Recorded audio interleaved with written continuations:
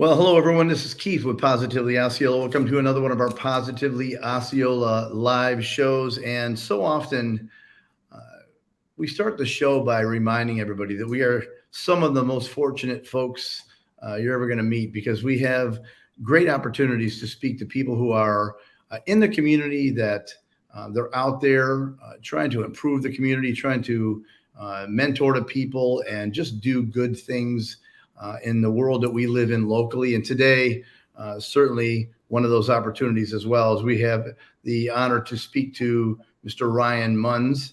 So glad to be having you with us today, sir. Thanks, Keith. Happy to be on. Hope you had a good day today. We did. It's a beautiful day in Florida. It is. A little chillier today, but it's wonderful. You know, I'm a fan of when it gets super hot. That's not everybody. Mm-hmm. That just seems to be the way I look at it. But, you know, I look for those. I enjoy the 80s. I don't love when it starts hitting the 30s and 40s, but, everybody's different. I'm with you on that. That's good. We've got a few people popping in here early, so I'm thinking we should go ahead and make it official. That's okay with you? Sounds wonderful. Here we go.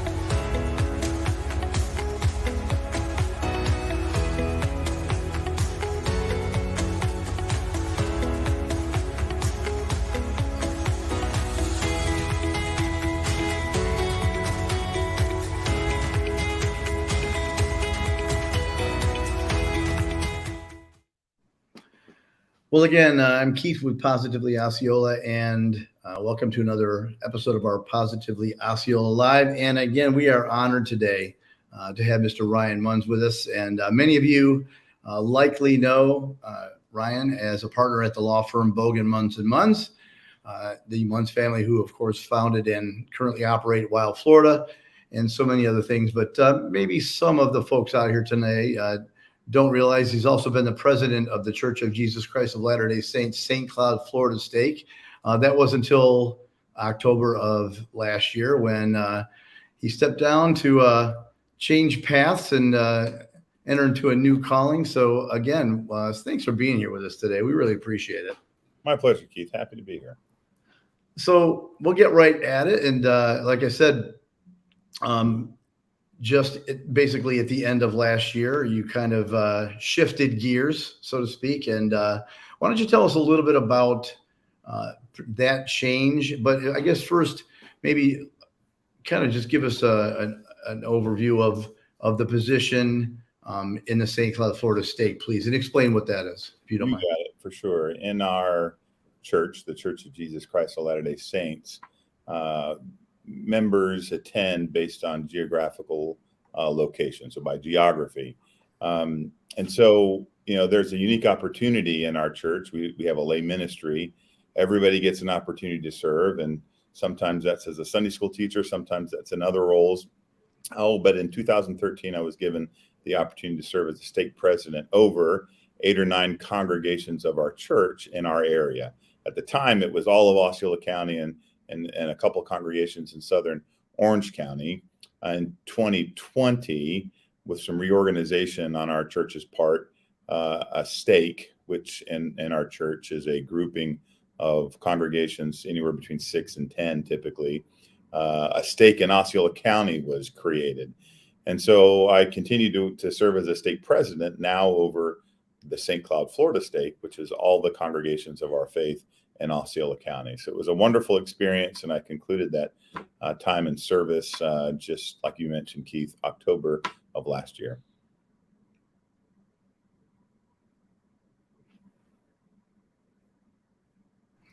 There you go. So prior to the St. Cloud Stake, if I'm correct, you were with Hunters Creek. Is that? The stake was called the Orlando, Florida Hunters Creek Stake because it included all of Osceola plus a couple of congregations, 3 congregations in southern Orange County, so like the Hunters Creek area. Awesome. So why don't you tell us a little bit about the change, like as I said, with with your role changing basically as of October, and just kind of explain to us what that next journey is going to be for you and your family. You got it. Happy to.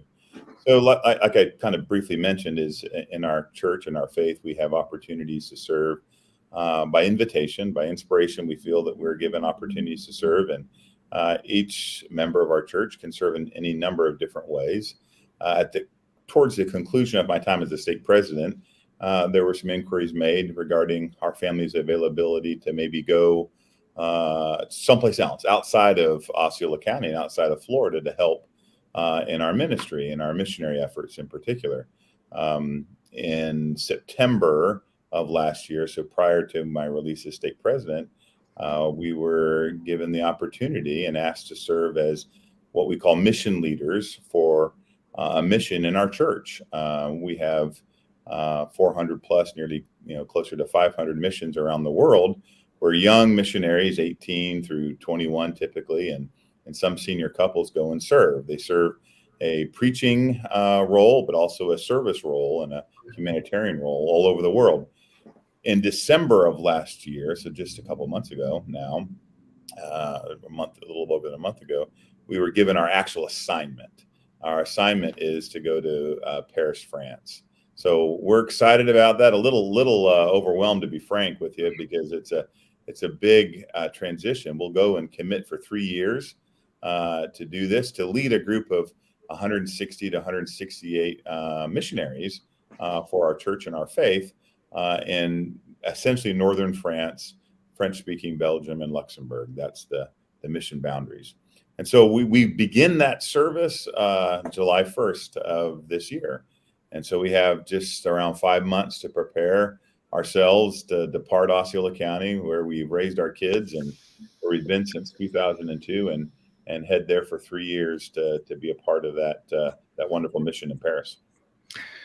So as you said, the opportunity was for you to serve on the mission field outside of Osceola County in Florida, and then you find out that it's not just outside of Osceola County; it's quite a ways outside of Osceola County. It's across the very big pond to our east. Absolutely, it's awesome.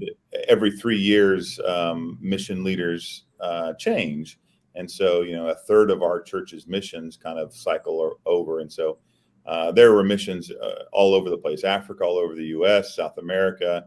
You name it. The world is divided in missions for our church. Sure. It just so happened that we were blessed to go to Paris, France. I agree. So we spoke earlier. So this is obviously not just you and your wife. This entails your entire family. So kind of describe that to us, if you would, because so many different dynamics. Adults, one dynamic, certainly for younger folk, a different dynamic, but a different challenge and different opportunity, right? Absolutely. So the role and position for my wife and I is to serve as mission leaders. I served as a young missionary in France, in French-speaking Switzerland, so I was able to learn the language and then study that in college. It was my undergraduate degree, so I maintained kind of the French skill set for the most part. It's been a number of years. My wife does not speak French, but she's been diligently studying. She's got a tutor that's teaching her, and we'll bring 2 of our kids. We have 6 kids. We have 2 kids that are in the home with us still, an 8th grader, 13-year-old Porter, and then we have a 10th grader, a 14-year-old daughter named Lily. And so, for them, and I can understand this wholeheartedly. It was a shocker when we announced that we would be moving someplace. And then when we announced that we were going to France, I think there was a lot of emotion, excitement, but also nervousness. We just have loved living in St. Cloud in Osceola County. Our kids have loved it. They're a product of our wonderful public schools here. And so, they think the sun has risen and sets every day in St. Cloud or in Osceola County, and so it's been a bit of an adjustment, but this particular mission we can probably all say is exciting. There's Paris is just a wonderful city, and France is a wonderful culture, and so the opportunity for them to go and learn, to kind of broaden their horizons, do some things that are hard, because you leave what's comfortable and go do what's unknown and uncomfortable is just human nature, a tough transition, despite how wonderful the place is where we're going. And so we're working through that. They're excited but nervous, like we are. My wife and I, excited but nervous. We mentioned briefly before we started today, we have so often we speak to younger folks that I think generation to generation, you hear people say this. I think it certainly applies, though, from my perspective. Speak to younger folks, and I get to talk to so many of them that are not sure of what their purpose is. They're not sure what their direction is. They, some of the smaller parts of life, they're experiencing that. And then, I think many of us do that. But I hear so many kids and so many young people saying, I'm not sure of the direction I'm headed. I don't know what it's all supposed to mean. What is that giant purpose? Why am I here? And, I think you're headed in a place right now where you're going to be speaking to people about that very challenge. And certainly your kids, that's going to be something you're dealing with. So do you see that from where your life is? Do you see people just not sure what direction they're headed? Do you see that as well? Oh, for sure. I mean, I think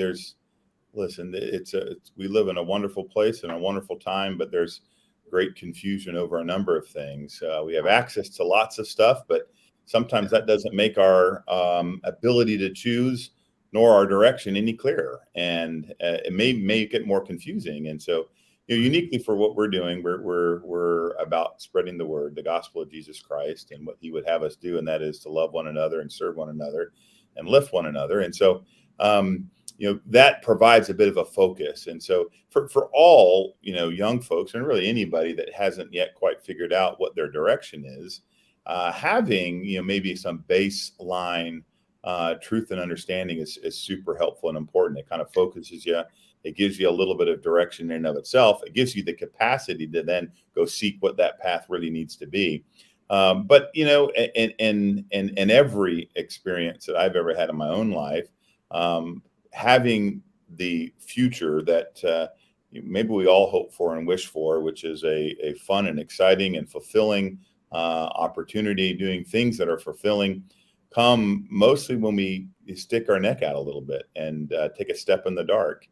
To kind of go back to some maybe religious vernacular, it's kind of moving forward in faith, despite not knowing everything, or maybe despite knowing very little, but nevertheless, taking what we're given, the maybe feedback, the advice from folks we can trust, and then not settling for simply doing what is comfortable, or not settling with doing what is easy, but saying what would be best. And that takes an act of faith, kind of stretching, moving forward. And, uniquely in this opportunity we have as mission leaders, my wife and I will see these 18 to 21-year-old, that's generally the age group, that'll be out there, really kind of sticking their neck out, doing some things that are outside of their comfort zone, going places, though in Paris, France, it's a beautiful, wonderful place to be. It's still away from home, but they're singularly focused on, spreading the love and the gospel of Jesus Christ. So that helps, but they still have to do the acts, do the work, do the effort, which requires them to kind of move forward in faith and just be willing to stretch, willing to open up their eyes, their minds, their thoughts, and everything to what the horizon might have. And, I think that's a challenge with so much information so readily available, so many opportunities that just come to us via, you name it, device or whatever it is. It's easier just to kind of hunker down versus opening up and then stepping out and actively going and doing. And whatever opportunities we can have or promote that give us that action initiative is, I think, critical. It's so critical. And then you start seeing, this is what I'm good at. This is what I really know and believe. And I'm going to continue in that direction. But, growth, progress, and trajectory is all about movement and stepping sometimes in the dark. So and I appreciate everything you just said. So what you're going to be doing for 3 years, you're kind of doing right. Obviously, you're doing that right now. Do you expect how that looks to be much different when you're other side of the world? Kind of. Do you see the approach going to have to be different than it is here? I mean, obviously a language change, but do you see the approach is going to be different in France? Well, I think there's some nuance that's maybe unique to France that wouldn't be here. This for those young missionaries who decide this is what they're going to do, they've made that initial commitment and they're in it for 18 months to 2 years to do this. Our commitment is 3 years as mission leaders. Their commitment is 18 months to 2 years. But it's probably maybe what the difference is it is 24/7 there. Right. Here, both myself and my wife, I've served kind of in lay leadership in our church for a number of years, but my day job is an attorney. That's what I do every day. My wife and I are parents and husband and wife, and we live in St. Cloud, and that's what we do. That's who we are much of our day. And we're going to be there, and our focus solely will be on the ministry, and that's super important. And these young missionaries who go, their sole focus will be on the ministry. They set aside schooling, they set aside careers, they set aside a few things to hyper focus on one thing. So it's maybe the intensity, maybe the specificity with which they're about a work is maybe the biggest difference. But here, our young kids, and I've had like I said, 6 kids, and 4 of our children. 3 of our children have served young missions. One went to Brazil, one went to Uruguay, one went to Germany, Austria, Hungary. Germany, Austria, Switzerland. And so they stepped out. They did kind of this in their own way. But before they left and went, one thing we always just encourage them to do is try something new. What do you believe? Here is what we believe. What do you believe about everything? What's your passion? And then be willing to step into the dark a little bit and faithfully move forward. Think about those that are around you and say, let's maybe do this together. It's easier to do it together than do it solely. Sure. And one of the great things about this mission opportunity is these young people are together. They go 2 by 2 to preach the gospel. And we as mission leaders, we form a really good safety net, just a great community. And then we connect with the local congregations and the people there and where we serve. And doing things together gives great strength, so that when we are in those situations where we might have to step out in the dark alone, we have the capacity, because we have experience, to do it again and to keep doing it. And it's hugely rewarding for us and for those we have the opportunity to help and assist.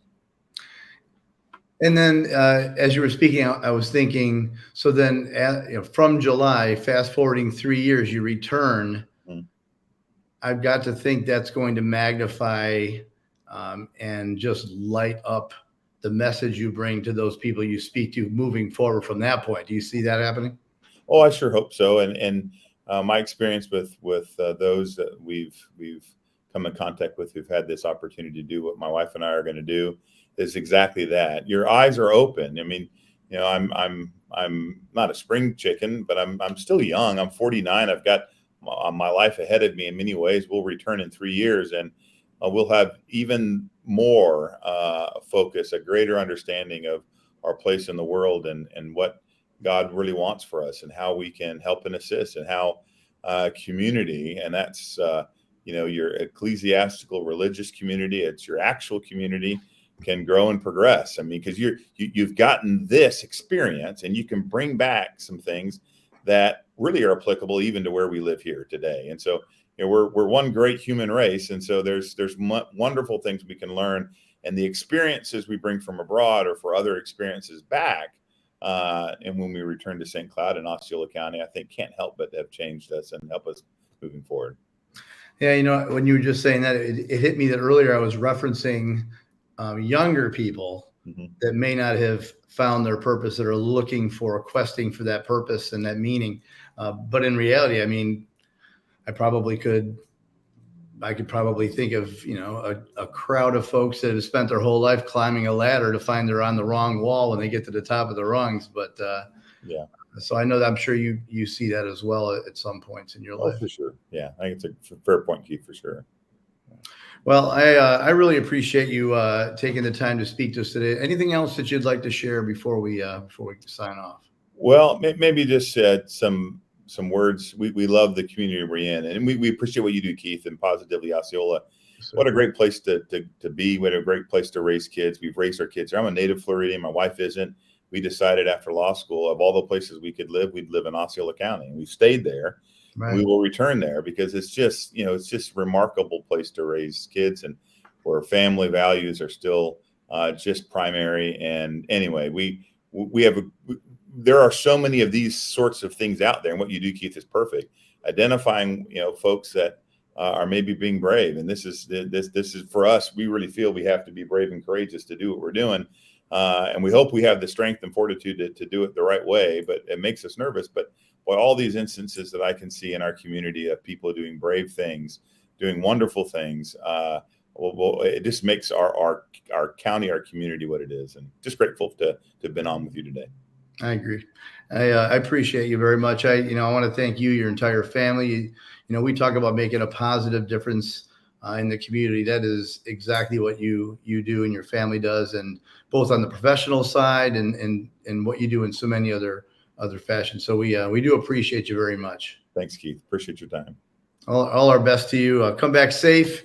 Hope we can maybe we'll have a chat when you come back. We'll recap. That'd be wonderful. Let's do that. That's a good plan. Good. Yeah. Again, really appreciate it. Again, Keith with Positively Osceola here with Mr. Ryan Munns, about to head out to France on a new calling, and we appreciate his time because together we're making a positive difference in and around Osceola County. Thank you, sir. Thank you.